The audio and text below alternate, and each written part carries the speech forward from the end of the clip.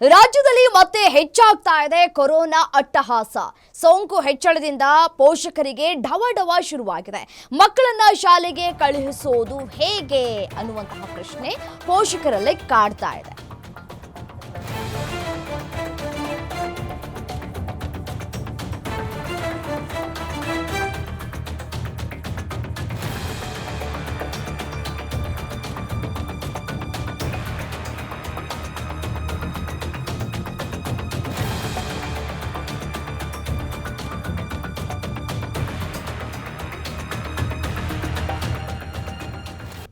ಮಕ್ಕಳನ್ನ ಶಾಲೆಗೆ ಕಳುಹಿಸೋದು ಹೇಗೆ, ಕೊರೋನಾ ಹೆಚ್ಚಾಗ್ತಾ ಇರುವಂತಹ ಹಿನ್ನೆಲೆಯಲ್ಲಿ ಅಂತ ಹೇಳಿ ಪೋಷಕರಿಗೆ ಆತಂಕಗಳು ಕೂಡ ಕಾಡ್ತಾ ಇದೆ.